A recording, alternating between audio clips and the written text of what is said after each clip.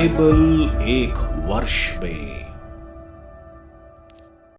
नमस्कार, आप सबका बाइबल एक वर्ष में स्वागत है। आप सब ने जो कदम उठाया है प्रभु के वचन सुनने के लिए, यह हमारे जीवन के अंधेरों को दूर करेंगे और हमें प्रभु के प्रकाश में चलाएंगे। आज हम योशुआ के ग्रंथ का अध्याय 24, आयुब के ग्रंथ का अध्याय 4, 5 और सुक्ति ग्रंथ का अध्याय 8 सुनेंगे। प्रभु का वचन सुनने से पहले आइए हम ईश्वर से प्रार्थना करें।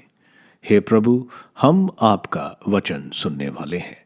हमारे मन की आंखें खोलें और हमें आध्यात्मिक प्रज्ञा दें ताकि हम आपको जान सकें और आपके वचन के अनुसार अपना जीवन जिए। यह हम मांगते हैं आपसे प्रभु यीशु के नाम, आमीन। योशुआ का ग्रंथ अध्याय 24। सिखम में विधान का नवीनकरण।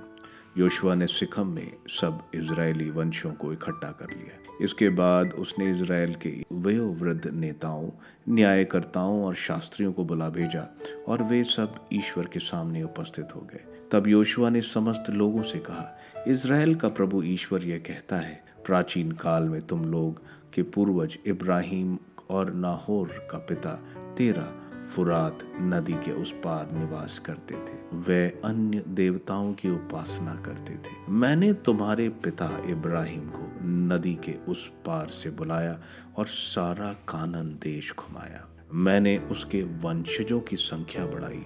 मैंने उसे इसहाक को दिया और इसहाक को मैंने याकूब और एसाव को प्रदान किया।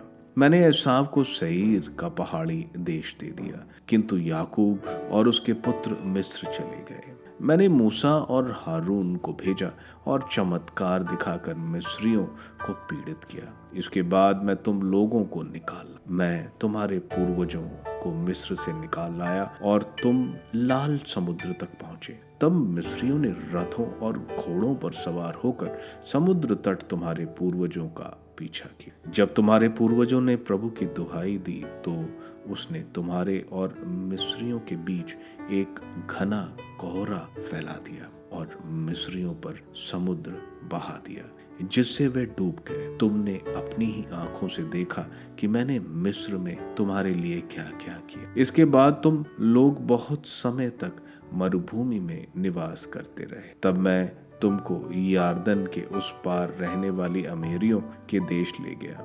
उन्होंने तुम पर आक्रमण किया और मैंने उन्हें तुम लोगों के हवाले कर दिया। तुमने उनका देश अपने अधिकार में कर लिया और मैंने तुम्हारे लिए उनका विनाश किया। तब मोआब का राजा सिपोर का पुत्र बालाक इजराइल के विरुद्ध युद्ध की तैयारी करने लगा। उसने तुम्हें अभिशाप देने के लिए बौर के पुत्र बिलाम को बुला भेजा, किंतु मैंने बिलाम की बात नहीं मानी और उसे तुम लोगों को आशीर्वाद देना पड़ा। इस प्रकार मैंने तुमको बालाक के हाथ से बचाया। इसके बाद तुम लोग यार्दन पार कर यरीको आए। यरीको के नागरिकों, अमेरियों, परिजियों, कनानियों, हित्तियों, गिरगाशियों, हिवियों और यबूसियों ने तुम्हारा सामना किया, किंतु मैंने उन्हें तुम लोगों के हवाले कर दिया। मैंने तुम लोगों के आगे आतंक फैला दिया और इस कारण तुम्हारी तलवार और तुम्हारे धनुष के कारण नहीं, अमेरियों के दोनों राजा तुम्हारे सामने से भाग गए। मैंने तुम्हें एक ऐसा देश दे दिया जिसके लिए तुमने परिश्रम नहीं किया। निवास के लिए ऐसे नगर दे दिए जिन्हें तुमने नहीं बनाया और जीवन निर्वाह के लिए ऐसी दाख बारियां और जैतून के पेड़ जिन्हें तुमने नहीं लगाया। प्रभु पर श्रद्धा रखो और ईमानदारी तथा सच्चाई से उसकी उपासना करो। उन देवताओं का बहिष्कार करो जिनकी उपासना तुम्हारे पूर्वजों फरात नदी के उस पार पर और मिस्र में किया करते थे। तुम प्रभु की उपासना करो। यदि तुम ईश्वर की उपासना नहीं करना चाहते तो आज ही तय कर लो कि तुम किसकी उपासना करना चाहते हो। उन देवताओं की जिनकी उपासना तुम्हारे पूर्वज नदी के उस पार करते थे, अथवा अमेरियों के देवताओं की जिनके देश में तुम रहते हो। मैं और मेरा परिवार हम सब प्रभु की उपासना करना चाहते हैं। लोगों ने उत्तर दिया, प्रभु को छोड़कर अन्य देवताओं की उपासना करने का विचार हमें कोसों दूर है। हमारे प्रभु ईश्वर ने हमें और हमारे पूर्वजों को दासता के घर से, मिस्र देश से निकाल लिया है। उसी ने हमारे सामने महान चमत्कार दिखाए। हम बहुत लंबा रास्ता तय कर चुके हैं, बहुत से राष्ट्रों से होकर यहाँ तक आए हैं और सर्वत्र उसी से हमारी रक्षा है। हम भी प्रभु की उपासना करना चाहते हैं क्योंकि वही हमारा ईश्वर है। तब योशुआ ने लोगों से कहा, तुम प्रभु की उपासना नहीं कर सकोगे क्योंकि वह पवित्र ईश्वर है, असहनशील ईश्वर है। वह तुम्हारे अपराध और पाप नहीं क्षमा करेगा। यदि तुम प्रभु को त्याग कर अन्य देवताओं की उपासना करोगे तो यद्यपि वह तुम्हारी भलाई करता रहे, फिर भी वह तुम्हारी बुराई करेगा और तुम्हें नष्ट कर देगा। लोगों ने यहोशुआ से कहा, नहीं, हम प्रभु की उपासना करें। तब यहोशुआ ने लोगों से कहा, तुम लोग अपने विरुद्ध साक्षी हो कि तुमने प्रभु को चुन लिया और उसी की उपासना करोगे। उन्होंने उत्तर दिया, हम साक्षी हैं। इस पर यहोशुआ ने कहा, तब तो अपने पास के पराये देवताओं का बहिष्कार करो और अपना मन ईश्वर में, इजराइल के प्रभु में लगाओ। लोगों ने यहोशुआ को यह उत्तर दिया, हम प्रभु अपने ईश्वर की उपासना करेंगे और उसी की बात मानेंगे। यहोशुआ ने उसी दिन लोगों के साथ समझौता कर लिया। उसने सिखम में उनके लिए संविधान और अध्यादेश बनाया। इसके बाद उसने उन बातों को प्रभु की संहिता के ग्रंथ में लिख दिया। उसने बालूत के नीचे प्रभु के मंदिर में एक बड़ा पत्थर खड़ा कर दिया और सब लोगों से कहा, यह पत्थर हमारे विरुद्ध साक्ष्य देगा, क्योंकि इसने उन सब बातों को सुना जिन्हें प्रभु ने हमें बताया। इसलिए यह तुम्हारे विरुद्ध साक्ष्य देगा, जिससे तुम अपने प्रभु को अस्वीकार नहीं करो। यहोशुआ का दफन। इसके बाद यहोशुआ ने लोगों को अपनी अपनी भूमि में भेज दिया। इन घटनाओं के बाद प्रभु के सेवक नून के पुत्र यहोशुआ का 110 वर्ष की उम्र में देहांत हुआ। वह गाश पर्वत के उत्तर में एफ्रम के पहाड़ी प्रदेश के तिम्नत सेरा में अपने निजी दाएं भाग की मिट्टी में दफनाया गया। यहोशुआ और उसके बाद जीवित रहने वाले उन नेताओं के जीवन काल तक जो इस्राएल के लिए प्रभु के द्वारा दिए गए समस्त कार्य जानते थे, इजरायली प्रभु की सेवा करते रहे। यूसुफ की अस्थियां जिन्हें इजरायली मिस्र से लाए थे, सिखम के उस भूभाग में गाड़ दी गईं, जिससे याकूब ने सिखम के पिता हमोर के पुत्रों से चांदी के 100 सिक्कों से खरीदा था और जो यूसुफ के वंशजों को दाएं भाग के रूप में प्राप्त। हारून के पुत्र एलाजर की मृत्यु हो गई। वह अपने पुत्र पिनहास के नगर गिबा में, जो उसे एफ्रम के पहाड़ी प्रांत में मिला था, दफना दिया गया। अय्यूब का ग्रंथ अध्याय 4। एल्फियस ईश्वर पर विश्वास। तब तेमानी एल्फियस ने कहा, उसने तुम्हारी परीक्षा ली और तुम उदास हो गए हो, किंतु कौन बोलने से अपने को रोक सकता। तुमने बहुतों को शिक्षा प्रदान की और थके मांदे हाथों को शक्ति दी है। तुम गिरने वालों को समझाकर संभालते थे। तुम शिथिल घुटनों को सबल बना देते थे। अब जब तुम पर विपत्ति आती है तो निराश हो जाते हो। तुमको मारा गया तो घबरा गए हो। क्या तुम्हें अपनी धार्मिकता का भरोसा नहीं और अपने निर्दोष आचरण की आशा नहीं? यह बता दो, क्या निर्दोष का कभी सर्वनाश हुआ है? कहाँ धर्मियों को मिटाया गया है?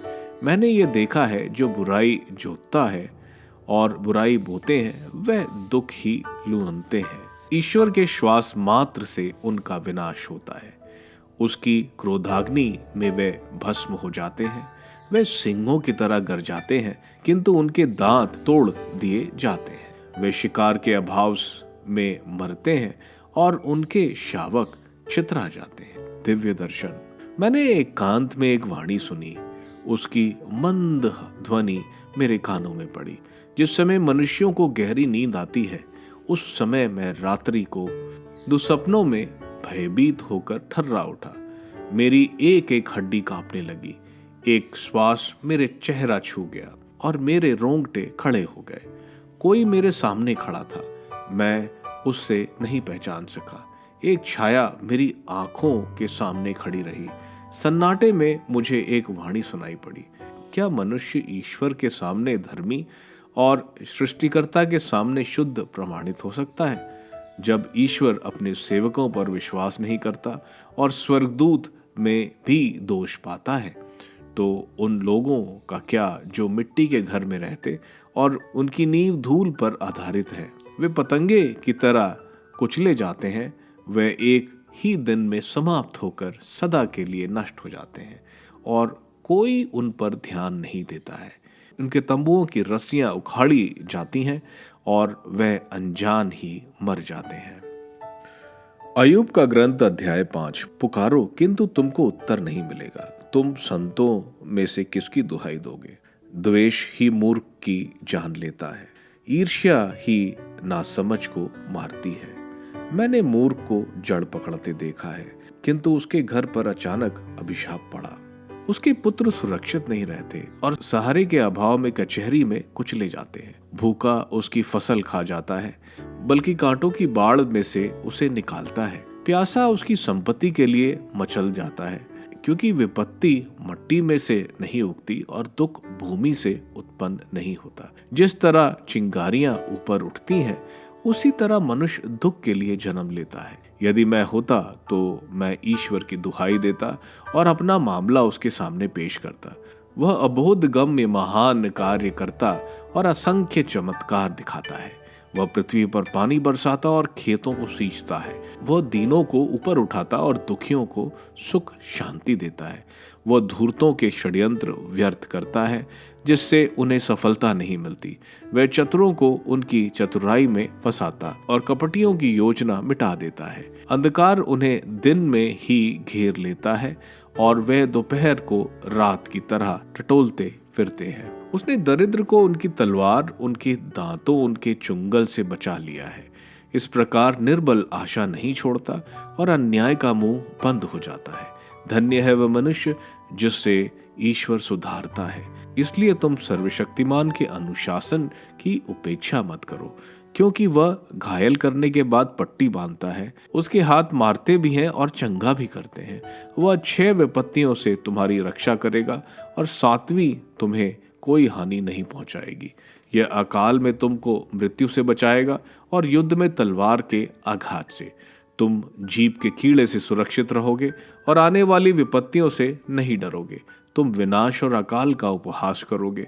तुम्हें पृथ्वी के पशुओं से भय नहीं होगा। खेत के पत्थरों से तुम्हारी संधि होगी और जंगल के बनेल पशु तुमसे मेल रखेंगे। तुम देखोगे कि तुम्हारे तंबू में शांति है। अपने पशुओं की गिनती करने पर तुम्हें एक भी कम नहीं मिलेगा। तुम देखोगे कि तुम्हारी संतति बहुसंख्यक होगी। तुम्हारी वंशज पृथ्वी की घास की तरह होगी। जिस तरह फसल के समय पूले बखार में रखे जाते हैं, उसी तरह तुम्हें अच्छी पकी उम्र में कब्र में दफनाया जाएगा। हमने इन बातों की जांच की है, यही सच है। इन बातों पर ध्यान दो और लाभ उठाओ। सुक्ति ग्रंथ अध्याय 8। प्रज्ञा की पुकार। प्रज्ञा पुकार रही है, सद्बुद्धि आवाज दे रही है। वह मार्ग के किनारे की ऊंचाई पर चौराहे पर खड़ी है। वह नगर के फाटकों पर, वह प्रवेश द्वारों पर ऊंचे स्वर से पुकार रही है। मनुष्यों, मैं तुमको संबोधित करती हूँ। मैं समस्त मानव जाति को पुकारती हूँ। तुम जो भोले हो समझदार बनो, तुम जो मूर्ख हो बुद्धिमान बनो। सुनो, मैं महत्वपूर्ण बातें बताऊंगी। मैं जो कहूंगी वह बिल्कुल सही है, क्योंकि मेरा मुख सत्य बोलता है। मुझे कपटपूर्ण बातों से घृणा है। मेरे मुख से जो शब्द निकलते हैं वे सच्चे हैं। उनमें कोई छल कपट या कुटिलता नहीं। वे समझदारों के लिए तर्क संगत है और ज्ञानियों के लिए कल्याणकारी। चांदी की अपेक्षा मेरी शिक्षा ग्रहण करो, परिष्ट सोने की अपेक्षा मेरा ज्ञान स्वीकार करो, क्योंकि प्रज्ञा का मूल्य मोतियों से भी बढ़कर और वह किसी भी वस्तु से अधिक छाछनीय है। प्रज्ञा की आत्मशलाघा। मैं प्रज्ञा समझदारी के साथ रहती हूँ। मुझे ज्ञान और विवेक प्राप्त है। प्रभु पर श्रद्धा बुराई से बैर करती है। मैं घमंड, अखड़ापन, दुराचरण और असत्य कथन से घृणा करती हूँ। मुझे सत परामर्श और विवेक प्राप्त है। मुझ में ज्ञान और शक्ति का निवास है। मेरे द्वारा राजा राज्य करते और न्यायाधीश न्याय संगत निर्णय देते हैं। मेरे द्वारा शासक और उच्च अधिकारी पृथ्वी पर न्यायपूर्ण शासन करते हैं। जो मुझको प्यार करते हैं मैं उन्हें प्यार करती हूँ। जो मुझे ढूंढते हैं वह मुझे पाएंगे। मेरे पास संपत्ति और सुयश, स्थायी धन दौलत की और समृद्धि है। मेरा फल सोने, परिकृष्ट सोने से बढ़कर है। मेरी उपज शुद्ध चांदी से श्रेष्ठ है। मैं धार्मिकता के मार्ग पर, न्याय के पथ पर आगे बढ़ती हूँ। जो मुझको प्यार करते हैं मैं उन्हें संपत्ति प्रदान करती हूँ। मैं उनके खजाने भर देती हूँ। आदि में प्रभु ने अन्य कार्यों से पहले मेरी सृष्टि की। प्रारंभ में पृथ्वी की उत्पत्ति से पहले, अनंत काल पूर्व से ही मेरी सृष्टि हुई है। जिस समय मेरा जन्म हुआ था ना तो महासागर था और ना उमड़ते जल सोत्र थे। मैं पर्वतों की स्थापना से पहले, पहाड़ियों से पहले उत्पन्न हुई थी। जब उसने पृथ्वी, समतल भूमि तथा संसार के मूल तत्व बनाए तो मेरा जन्म हो चुका था। जब उसने आकाश खंड का निर्माण किया और महासागर के चारों ओर वृत्त खींचा तो मैं विद्यमान थी। जब उसने बादलों का स्थान निर्धारित किया और समुद्र के स्रोत उमड़ने लगे, जब उसने समुद्र की सीमा निश्चित की जिससे जल तट का अतिक्रमण न करे, जब उसने पृथ्वी की नींव डाली, उस समय मैं कुशल शिल्पकार की तरह उसके साथ थी। मैं नित्य प्रति उसका मनोरंजन करती और उसके सम्मुख क्रीड़ा करती रही। मैं पृथ्वी पर सर्वत्र क्रीड़ा करती और मनुष्यों के साथ मनोरंजन करती रही। प्रज्ञा की शिक्षा सुनने वाला धन्य है। पुत्र मेरी बात सुनो, मेरे मार्ग पर चलने वाले धन्य हैं। मेरी शिक्षा पर ध्यान दो और प्रज्ञ बनो, उसकी उपेक्षा मत करो। धन्य है वह मनुष्य जो मेरी बात सुनता, मेरे द्वार पर प्रतिदिन खड़ा रहता और मेरी दहली पर प्रतीक्षा करता है। क्योंकि जो मुझे पाता है उसे जीवन और प्रभु की कृपा प्राप्त होती है। जो मुझे नहीं पाता वह अपनी हानि करता है। जो मुझसे बैर रखते वह मृत्यु को प्यार करते हैं। योशुआ के ग्रंथ के अध्याय 24 में हम देखते हैं योशुआ अब 110 वर्ष का है। उसे मालूम है कि उसकी मृत्यु होने जा रही है। वो शेकेम में सारे इज़राइल के कुलों को बुलाता है और योशुआ उनके पूर्वजों के साथ क्या ईश्वर ने किया वो बताता है। हमें मालूम है इब्राहिम उर नामक जगह जो कैलदीव यानी जो इराक के दक्षिण पूर्व में थी, जो एक बहुत विकसित संस्कृति थी जहाँ के लोग प्रकृति और मूर्ति पूजा करते थे। इब्राहिम के पिता इन देवताओं की मूर्तियां बेचते थे और इब्राहिम खुद उनकी मूर्ति बेचने में मदद करते थे। ये यहूदियों के मिद्राश में लिखा है। और किस तरह इब्राहिम को वहां से कानान देश लाए और किस तरह याकूब या इज़राइल को मिस्र ले गए और किस तरह प्रभु ने उनको मिस्र की दास्ता से बचाया और लाल सागर में फेरो की पूरी सेना को समाप्त कर दिया। किस तरह वे उजाड़ खंड में रहे और किस तरह उन्होंने अमोरियों, बालक राजा, जेरिको और अन्य कनानी राजाओं को प्रभु ने हराया और प्रभु ने उनको दूध और मधु वाला देश उनको दे दिया। प्रभु ने इतना कुछ किया है, इसलिए योशुआ बता रहे हैं कि पूरे हृदय से प्रभु पर श्रद्धा रखो। योशुआ नेता होने के नाते बोलता है कि मैं और मेरा परिवार तो प्रभु की सेवा करेंगे। यह सुनकर बाकी कुल भी बोलते हैं कि हम भी प्रभु की सेवा करेंगे। योशुआ उनको बोलते हैं कि प्रभु की सेवा इतना आसान नहीं है क्योंकि प्रभु पवित्र है और अगर तुम अन्य देवताओं की पूजा करोगे तो वे तुम्हारे पाप नहीं क्षमा करेंगे। वे इस पर भी बोलते हैं कि हम तो प्रभु की ही सेवा करेंगे। योशुआ हम देखते हैं वहाँ एक पत्थर स्थापित करते हैं जो इस बात का साक्ष्य है कि वे प्रभु की सेवा करेंगे और यहाँ वे अनुबंध का नवीकरण करते हैं। हम भी अपना अनुबंध यानी कॉवेनेंट का रिन्यूअल या नवीकरण करते हैं बपतिस्मा के द्वारा, कन्फर्मेशन के द्वारा और ईस्टर के समय बपतिस्मा के वादों को दोहरा के। और जब भी हम क्रीड को बोलते हैं। इसके बाद हम देखते हैं कि योशुआ की मौत के बाद उसे एफ्रम की ज़मीन तिम्रत सिरा में दफनाया जाता है। योशुआ, एलेजार, पिनहास के नेतृत्व में ये इज़राइल संहिता का पालन करते हैं। हमें यह भी बताया जा रहा है कि यूसुफ की हड्डियां शिकम में दफनाई गईं और एलियाज़र की मृत्यु के बाद उसको गिबा जो एफ्रम के प्रदेश में वहाँ दफनाया गया। यह अध्याय हमें प्रभु का प्रेम और जो उन्होंने हमें दिया है जिसके योग्य हम नहीं हैं वो बताता है। इसलिए हमें प्रभु की पूरे हृदय से सेवा करनी चाहिए। आज हमने योशुआ का ग्रंथ समाप्त किया। प्रभु को धन्यवाद। आयूब के ग्रंथ के अध्याय 4 में हम देखते हैं एलीफाज जो आयूब का दोस्त होता है बोलता है कि आयूब ने बहुत अच्छे काम किए हैं, दुखियों को सांत्वना दी है। आगे एलीफाज बता रहा है कि कभी भी धर्मी को यातना नहीं सहना पड़ता है। ये जरूर आयूब के छुपे पाप हैं जो उसको इस हालत में लाए हैं, क्योंकि कोई निर्दोष यातना नहीं सहता। कितनी गलत बात यहाँ एलीफाज बोल रहे हैं। एलिफाज सिर्फ अपने तजुर्बे में जो देखा है उसी को बोल रहे हैं। उसे नहीं मालूम ईश्वर क्या सोचते हैं। ईश्वर आयूब को निर्दोष मानते थे, वह अपने पापों के लिए नहीं सह रहा है। ऐसा ही हम देखते हैं काफी धार्मिक व्यक्ति हैं, वे शारीरिक बीमारियां सह रहे हैं। संत अल्फोंसा केरल की, सेंट तेरेस ऑफ लिसिक्स और भी काफी संत जिन्होंने ये सब सहा।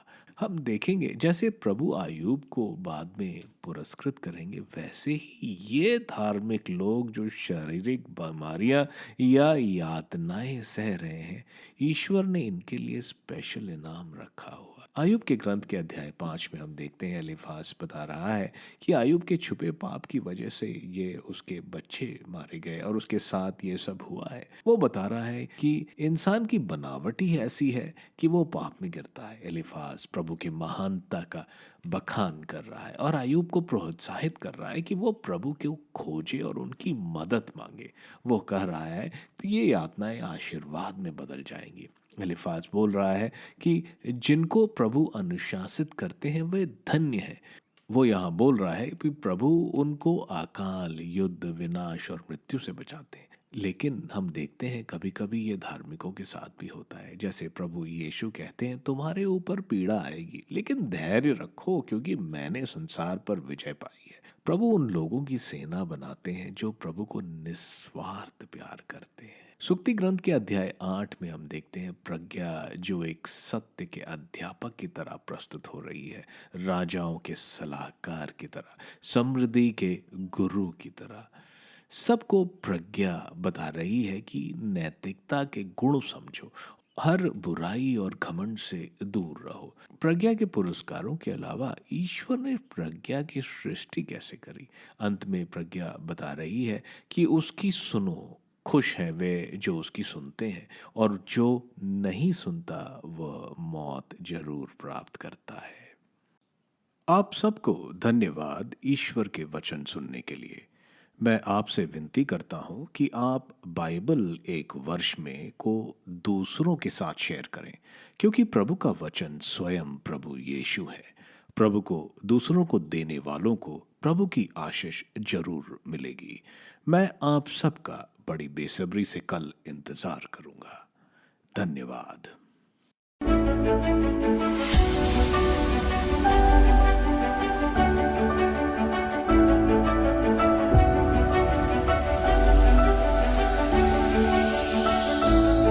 बाइबल एक वर्ष में